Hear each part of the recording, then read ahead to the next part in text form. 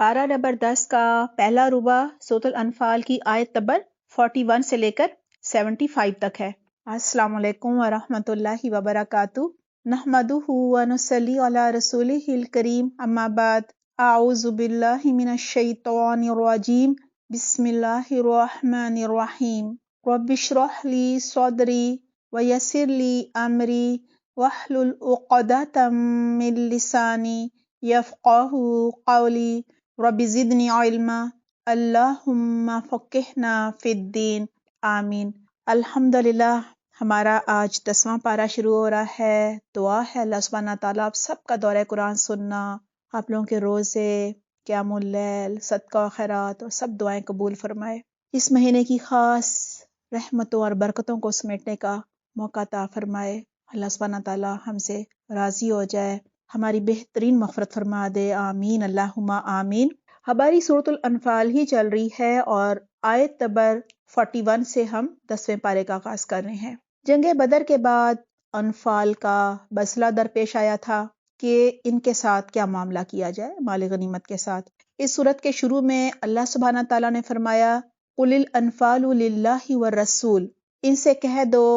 انفال تو اللہ اور اس کے رسول کے لیے ہے، تاکہ جہاد کا مقصد یہ نہ ہو جائے کہ جی مال ملے گا، بلکہ دین کی سربلندی ہی مقصد رہے۔ 10ویں پارے کے آغاز میں بھی یہی بتایا جا رہا ہے کہ انفال یعنی مال غنیمت میں سے کس کس کو کتنا کتنا حصہ ملے گا۔ آئیے آغاز کرتے ہیں، بسم اللہ الرحمن الرحیم۔ وَاعْلَمُوا أَنَّمَا غَنِمْتُم مِّن شَيْءٍ فَأَنَّ لِلَّهِ خُمُسَهُ وَلِلرَّسُولِ وَلِذِي الْقُرْبَى وَالْيَتَامَى وَالْمَسَاكِينِ وَابْنِ السَّبِيلِ، اور تمہیں معلوم ہو کہ جو کچھ مال غنیمت تم نے حاصل کیا ہے اس کا 5واں حصہ اللہ اور اس کے رسول اور رشتہ داروں اور یتیموں اور مسکینوں اور مسافروں کے لیے ہے۔ دیکھیں جنگ بدر جو ہے یہ پہلی جنگ تھی جس میں مسلمانوں کو قریش کے لشکر سے مال غنیمت حاصل ہوا تھا، لہٰذا اس آیت میں اللہ سبحانہ تعالیٰ نے مال غنیمت کی تقسیم کا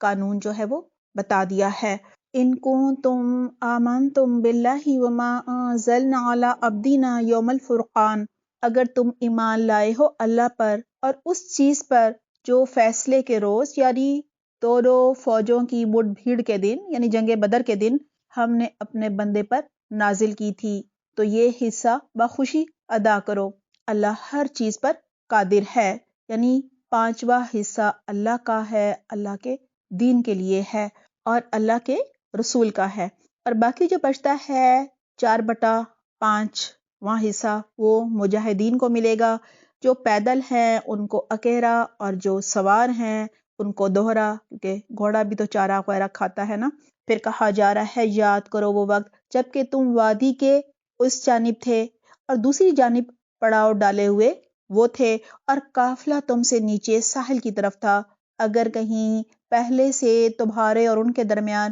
مقابلے کی قرارداد ہو چکی ہوتی تو تم ضرور اس موقع پر پہلو طئی کر جاتے، یعنی تم بچتے نہ آتے، لیکن جو کچھ پیش آیا وہ اس لیے تھا کہ جس بات کا فیصلہ اللہ کر چکا تھا اسے ظہور میں لے آئے۔ یہاں یہی بتایا جا رہا ہے کہ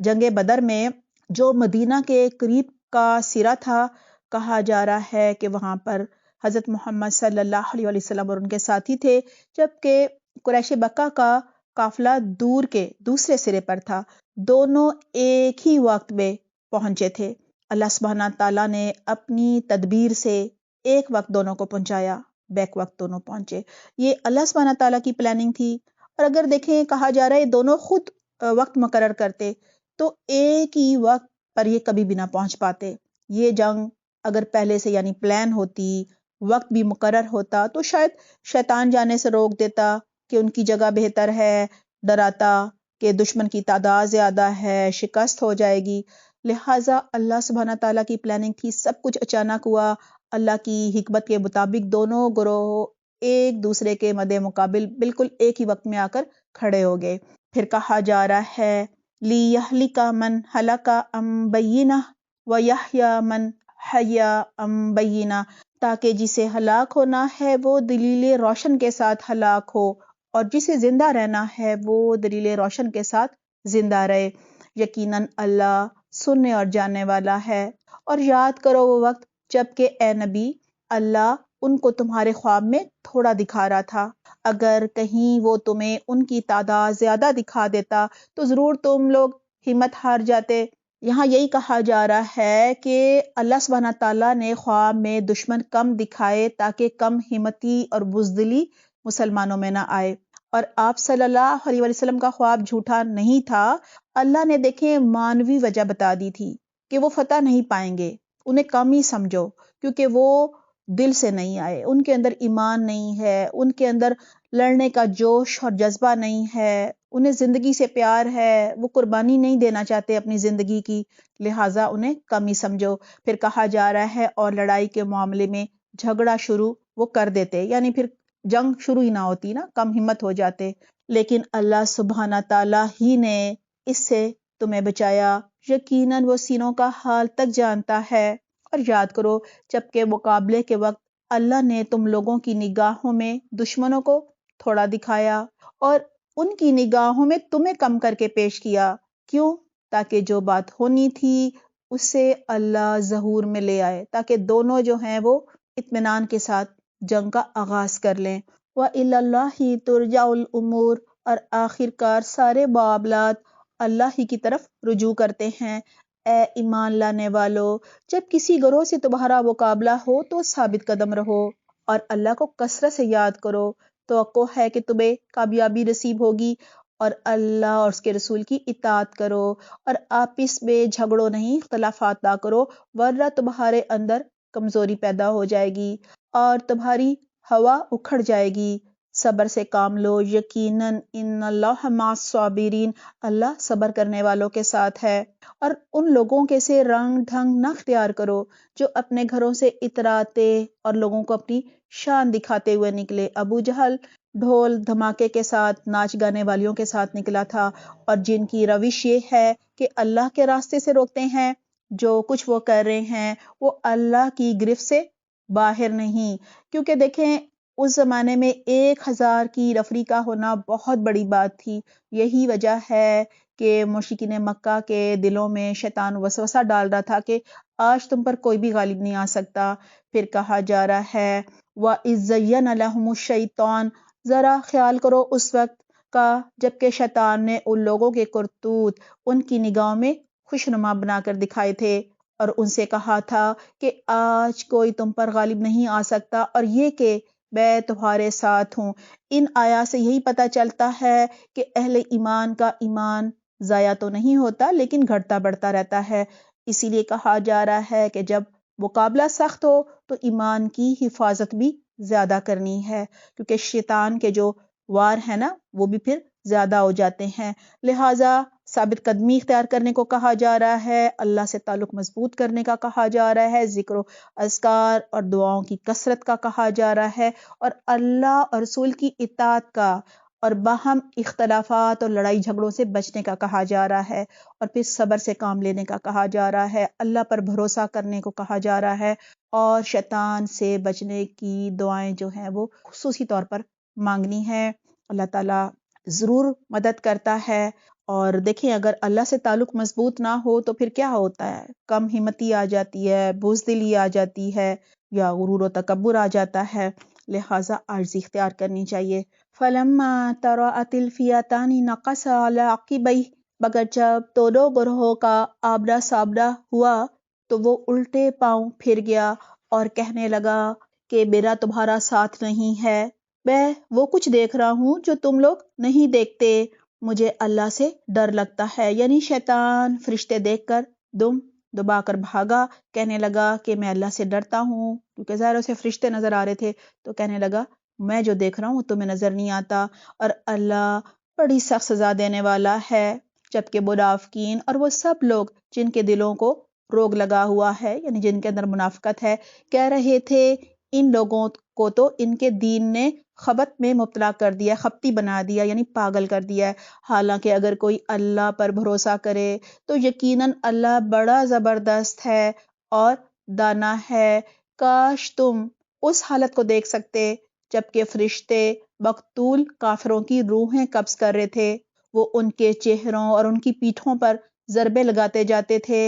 اور کہتے جاتے تھے وَذُوقُوا عَذَابَ الْحَرِيقِ، لو اب جلنے کا عذاب بھگتو، جلنے کی سزا بھگتو، اور یہ وہ جزا ہے جس کا سامان تمہارے اپنے ہاتھوں نے پیشگی مہیا کر رکھا تھا، یعنی جو عمل دنیا میں کر کے آئے تھے یہ انہی کا بدلہ مل رہا ہے، ورنہ اللہ تو اپنے بندوں پر ظلم کرنے والا نہیں ہے۔ یہ معاملہ ان کے ساتھ اسی طرح پیش آیا جس طرح آل فرعون اور ان سے پہلے کے دوسرے لوگوں کے ساتھ پیش آتا رہا ہے کہ انہوں نے اللہ کی آیات کو ماننے سے انکار کیا اور اللہ نے ان کے گناہوں پر انہیں پکڑ لیا۔ اللہ بڑی قوت رکھتا ہے اور سخت سزا دینے والا ہے۔ ذالک بأن اللہ لم یک مغیرا نعمہ، یہ اللہ کی اس سنت کے مطابق ہوا ہے کہ وہ کسی نعمت کو جو اس نے کسی قوم کو عطا کی ہو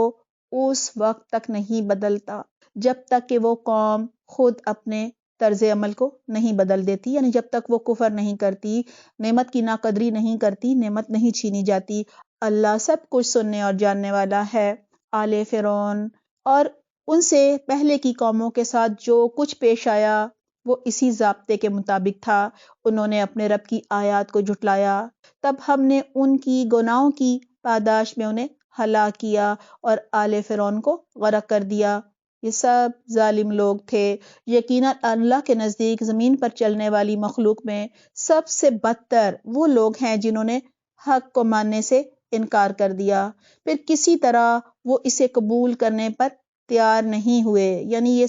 سب سے برے حیوان نما انسان تھے۔ پھر کہا جا رہا ہے خصوصاً ان میں ہی وہ لوگ جن کے ساتھ تو نے معاہدے کیے ہیں، یعنی جن سے تو نے معاہدہ کیا ہے، پھر وہ ہر موقع پر اس کو توڑتے ہیں معاہدے کو، اور ذرا اللہ کا خوف نہیں کرتے۔ بس اگر یہ لوگ تمہیں لڑائی میں مل جائیں تو ان کی ایسی خبر لو کہ ان کے بعد جو دوسرے لوگ ایسی روش اختیار کرنے والے ہیں، یعنی عہد توڑنے کا سوچ رہے ہیں، ان کے حواس باختہ ہو جائے، یعنی ایسی سزا دو کہ وہ پھر نصیحت پکڑے باقی لوگ بھی کہ جی عہد نہیں توڑنا۔ توقع ہے کہ بد عہدوں کے اس انجام سے وہ سبق لیں گے، اور اگر کبھی تمہیں کسی قوم سے خیانت کا اندیشہ ہو تو اس کے معاہدے کو اعلانیہ اس کے آگے پھینک دو، یعنی اعلان کر کے کھلم کھلا توڑ دو۔ ان اللہ لا یحب الخائنین، یقیناً اللہ خائنوں کو، خیانت کاروں کو پسند نہیں کرتا۔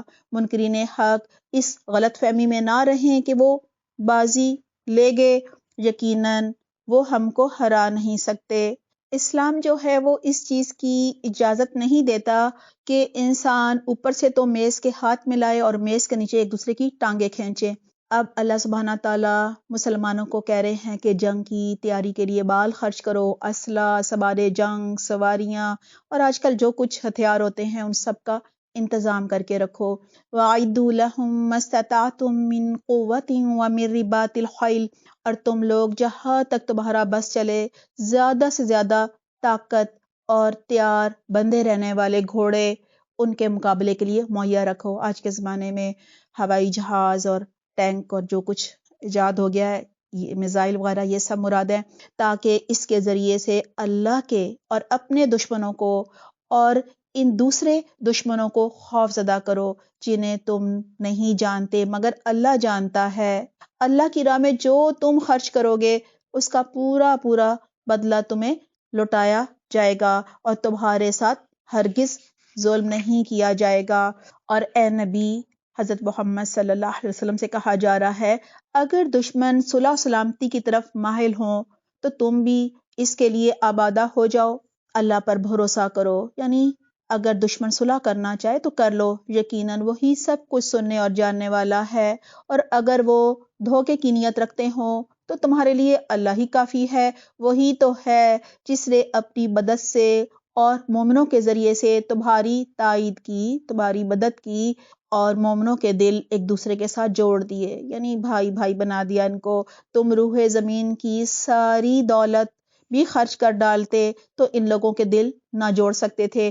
مگر وہ اللہ ہے جس نے ان لوگوں کے دل جوڑے، یقیناً وہ بڑا زبردست اور دانا ہے۔ یا ایھا النبی حسبک اللہ ومن اتبعک من المؤمنین، اے نبی تمہارے لیے اور تمہارے پیروکار اور اہل ایمان کے لیے تو بس اللہ ہی کافی ہے۔ اے نبی مومنوں کو جنگ پر ابھارو، یعنی صرف جنگ تبوک جو ہے وہ فرض عین تھی، سب کے لیے نکلنا جو ہے وہ فرض تھا۔ کہا جا رہا ہے کہ اگر تم میں سے 20 آدمی صابر ہوں، صبر کرنے والے ہوں، تو وہ 200 پر غالب آ جائیں گے، دشمن کے 200 پر۔ اور اگر 100 آدمی ایسے ہوں یعنی صابر ہوں، تقوی والے ہوں، تو منکرین حق میں سے 1000 آدمیوں پر بھاری رہیں گے، کیونکہ وہ ایسے لوگ ہیں جو سمجھ نہیں رکھتے۔ اچھا، اب اللہ نے تمہارا بوجھ ہلکا کیا، اور اسے معلوم ہوا ہے کہ ابھی تم میں کمزوری ہے۔ کمزوری یہ تھی کہ نئے نئے لوگ مسلمان ہو رہے تھے، ابھی ان کی تربیت نہیں ہوئی تھی، ایمانی قوت کم تھی، تقوی اور صبر کم تھا۔ تو کہا جا رہا ہے پس اگر تم میں سے 100 آدمی صابر ہوں تو وہ 200 پر، اور 1000 آدمی ایسے ہوں یعنی صابر تو 2000 پر اللہ کے حکم سے غالب آئیں گے، اور اللہ ان لوگوں کے ساتھ ہے جو صبر کرنے والے ہیں۔ اب قیدیوں کے بارے میں بتایا جا رہا ہے، کہا جا رہا ہے مَا كَانَ لِنَبِيٍّ أَن يَكُونَ لَهُ أَسْرَىٰ، کسی نبی کے لیے یہ زیبا نہیں ہے کہ اس کے پاس قیدی ہوں جب تک کہ وہ زمین میں دشمنوں کو اچھی طرح کچل نہ دے۔ تم لوگ دنیا کے فائدے چاہتے ہو، یعنی کہا جا رہا ہے قریش کے جو قیدی تھے ان کے بارے میں کہ انہیں قتل کر دینا چاہیے۔ کہا جا رہا ہے تم لوگ دنیا کے فائدے چاہتے ہو، یعنی فدیہ لے کر انہیں تم نے چھوڑ دیا ہے، حالانکہ اللہ کے پیش نظر آخرت ہے، اور اللہ غالب ہے، اور اللہ حکیم ہے۔ دیکھیں اللہ سبحانہ تعالیٰ فرما رہے ہیں کسی نبی کو قیدی رکھنا جائز نہیں، یعنی قیدیوں کو قتل کر دینا چاہیے، کیونکہ انہیں فدیہ لے کر اگر چھوڑ دیا جائے تو وہ پھر کافروں کی مدد کریں گے، کفر کی طاقت بنیں گے، یہ وجہ ہے۔ اگر اللہ کا نوشتہ پہلے نہ لکھا جا چکا ہوتا، کیونکہ پہلے چھوڑنے کی بھی اجازت تھی، تو کہا جا رہا ہے جو کچھ تم لوگوں نے لیا ہے اس کی پاداش میں تم کو بڑی سزا دی جاتی۔ بس جو کچھ تم نے مال حاصل کر لیا ہے، یعنی قیدیوں کو چھوڑ کر جو فدیہ لے لیا ہے، اسے کھاؤ کہ وہ اب حلال اور پاک ہے، اور اللہ سے ڈرتے رہو، یقیناً اللہ درگزر کرنے والا اور رحم فرمانے والا ہے۔ یا ایھا النبی قل لمن فی ایدیکم من الاسریٰ، اے نبی تم لوگوں کے قبضے میں جو قیدی ہیں ان سے کہو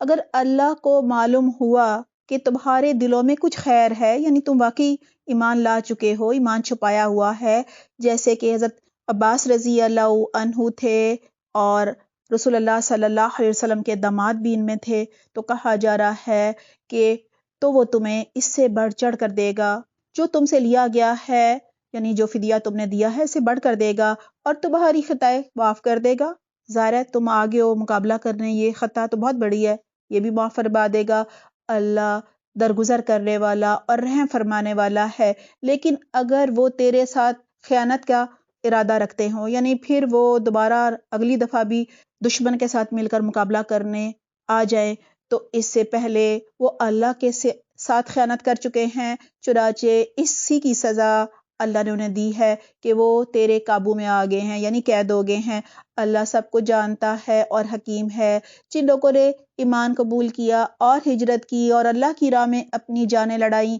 اور اپنے مال کھپائے، اور جن لوگوں نے ہجرت کرنے والوں کو جگہ دی، انصار کا ذکر ہے، اور ان کی مدد کی، وہی دراصل ایک دوسرے کے ولی ہیں، یعنی اب وہ وراثت کے مالک ہوں گے ایک دوسرے کی۔ رہے وہ لوگ جو ایمان تو لے آئے مگر ہجرت کر کے دارالسلام یعنی مدینہ نہیں آئے، تو ان سے تمہارا ولایت کا کوئی تعلق نہیں جب تک کہ وہ ہجرت کر کے نہ آ جائیں۔ ہاں اگر وہ دین کے معاملے میں تم سے مدد مانگیں تو ان کی مدد کرنا تم پر فرض ہے، لیکن کسی ایسی قوم کے خلاف نہیں جس سے تمہارا معاہدہ ہو۔ جو کچھ تم کرتے ہو اللہ اسے دیکھتا ہے۔ جو لوگ منکرین حق ہیں وہ ایک دوسرے کی حمایت کرتے ہیں، اگر تم یہ نہ کرو گے تو زمین میں فتنہ اور بڑا فساد برپا ہوگا۔ والذین آمنوا وہاجروا وجاہدوا فی سبیل اللہ والذین آووا ونصروا اولئک ھم المؤمنون حقا لہم مغفرۃ ورزق کریم۔ جو لوگ ایمان لائے اور جنہوں نے اللہ کی راہ میں گھر بار چھوڑے یعنی ہجرت کی اور جدوجہد کی یعنی جہاد کیا، ہجرت کی، اور جنہوں نے پناہ دی یعنی انصار اور مدد کی، وہی سچے مومن ہیں۔ ان کے لیے خطاؤں سے درگزر ہے اور بہترین رزق ہے۔ اور جو لوگ بعد میں ایمان لائے اور ہجرت کر کے آگے اور تمہارے ساتھ مل کر جدوجہد کی، وہ بھی تم ہی میں شامل ہیں، مگر اللہ کی کتاب میں خون کے رشتہ دار ایک دوسرے کے زیادہ حقدار ہیں۔ یقیناً اللہ ہر چیز کو جانتا ہے۔ الحمدللہ ہماری سورۃ الانفال مکمل ہو گئی ہے۔ اس سورت کے شروع میں 2 سے لے کر آیت نمبر 4 میں سچے جو مومن ہے اس کی پہچان بتائی گئی تھی، اور اس سورت کے آخر میں آیت نمبر 74 میں پہچان مکمل ہو گئی ہے۔ الحمدللہ۔ پارہ نمبر 10 کا پہلا ربع سورۃ الانفال کی آیت نمبر 41 سے لے کر 75 تک ہے۔ آیت نمبر 41، مال غنیمت کا 5واں حصہ اللہ اور رسول کے لیے ہے، یہ اللہ کا فیصلہ ہے۔ ہمیں اللہ کے ہر فیصلے کو قبول کرنا چاہیے اور اللہ کی تقسیم پر بھی راضی رہنا چاہیے۔ اگر اللہ نے کسی کو ہم سے زیادہ مال و دولت اور وسائل دیے ہیں تو یہ اللہ کی تقسیم ہے، ہر ایک کی آزمائش مختلف ہوتی ہے۔ آیت نمبر 42 سے لے کر آیت نمبر 75 تک میں جنگ بدر کا ذکر ہے اور مسلمانوں کو جنگ پر ابھارا جا رہا ہے۔ ان آیات میں یہی بتایا گیا ہے کہ اللہ کی تدبیر سب سے بہتر ہوتی ہے، اللہ کا ہر کام حکمت پر مبنی ہوتا ہے اور اللہ ہر کام کرنے پر قادر ہے۔ اور اللہ سبحانہ تعالیٰ کی یہ حکمت تھی کہ مسلمانوں کو جنگ بدر میں بغیر وسائل کے، یعنی کہ نفری بھی کم تھی اور ان کے پاس اسلحہ بھی نہیں تھا، سواریاں بھی نہیں تھیں، اور تو اور زیادہ راہ بھی نہیں تھا، لیکن اللہ تعالیٰ نے انہیں فتح یاب کر کے حق کو حق اور باطل کو باطل ثابت کر دیا۔ اور اللہ اپنے پیغمبروں اور سچے اہل ایمان کو خوابوں کے ذریعے بشارتیں دیتے ہیں، یہ بھی یہاں سے پتہ چلا۔ اور آیت نمبر 45، مسلمانوں کو میدان جنگ میں ثابت قدم رہنا چاہیے، کثرت سے اللہ کو یاد کرنا چاہیے۔ آیت نمبر 46، اللہ اور رسول کی اطاعت کرنی چاہیے، اور جب بھی کوئی آزمائش آئے صبر کرنا چاہیے، اور دوران جنگ باہم تنازعات اور اختلافات سے بچنا چاہیے، بزدلی اور کمزوری بھی نہیں دکھانی چاہیے اور صبر کرنا چاہیے۔ آیت نمبر 48، شیطان سے بچنے کے لیے ذکر، اذکار اور دعاؤں کا خاص اہتمام کرنا چاہیے، کیونکہ جب کوئی بڑا نیکی کا کام کرتا ہے تو شیطان کا حملہ بھی زیادہ ہوتا ہے۔ آیت نمبر 49، اللہ پر بھروسہ کرنا چاہیے۔ آیت نمبر 52 سے لے کر 54، گزشتہ ہلاک شدہ اقوام کا ذکر ہے، ہمیں ان کے انجام سے عبرت پکڑنی چاہیے کہ ہم نے ان جیسے کام نہیں کرنے۔ آیت نمبر 56 سے لے کر 58 تک میں یہ بتایا گیا ہے کہ عہد توڑنے والوں کو ایسی سزا دینی چاہیے کہ باقی سب لوگ جو ہیں وہ عبرت پکڑیں، اور اگر کسی سے معاہدہ ہو اور اندیشہ ہو کہ وہ عہد توڑ دیں گے تو ہمیں خود اعلان کر کے عہد سب کے سامنے توڑ دینا چاہیے۔ آیت نمبر 60 میں مسلمانوں کو یہ کہا گیا ہے کہ وہ ہر وقت جہاد کے لیے تیار رہیں، جہاد کے لیے مال خرچ کریں، اسلحہ، سامان جنگ، سواریاں، اور آج کے زمانے میں سے جو بھی ٹینک ہوتے ہیں، گاڑیاں ہوتی ہیں، جہاز ہوتے ہیں، میزائل ہوتے ہیں، ان سب کی تیاری کر کے رکھیں۔ آیت نمبر 63، دلوں میں باہم الفت اللہ پیدا کرتا ہے، لہٰذا اللہ سے دعا کرنی چاہیے کہ وہ مسلمانوں کے دل آپس میں جوڑ دے۔ اور اگر کسی مسلمان بھائی کو کوئی تکلیف ہے یا ہمارے کسی مسلمان ملک پر کوئی ظلم ہو رہا ہے، زیادتی ہو رہی ہے، خون بہایا جا رہا ہے، تو ہمیں بھی ان کا درد محسوس کرنا چاہیے، اور جتنی ہو سکے جو ہم کوشش کر سکتے ہیں ان کی مدد ہمیں کرنی چاہیے۔ آیت نمبر 65، ہمیں مسلمانوں کو جنگ پر، جہاد پر ابھارنا چاہیے۔ اگر کہیں مظلوم ہیں، ان پر ظلم ہو رہا ہے، تو ہمیں ضرور کہنا چاہیے کہ ان کے لیے وہ جنگ کریں، جہاد کریں، ان کو ظلم سے بچائیں۔ آیت نمبر 65 سے 66 تک یہاں اللہ کی مدد اہل ایمان کے صبر اور تقوی کے مطابق آتی ہے، یہ بتایا گیا ہے۔ سچے اور حقیقی مومن کی صفات جو ہیں وہ آیت نمبر 2، 3، 4 اور 74 74 میں بتائی گئی ہے کہ اللہ کا ذکر سن کر ان کے دل لرز اٹھتے ہیں، اللہ کی آیات سن کر ان کا ایمان بڑھ جاتا ہے، اللہ پر وہ بھروسہ کرتے ہیں، ان کے اندر یقین قلبی ہوتا ہے، اور جہاد فی سبیل اللہ کرتے ہیں۔ اللہ تعالی ہمارے مسلمانوں میں بھی یہ صفات پیدا کر دے، آمین اللہم آمین۔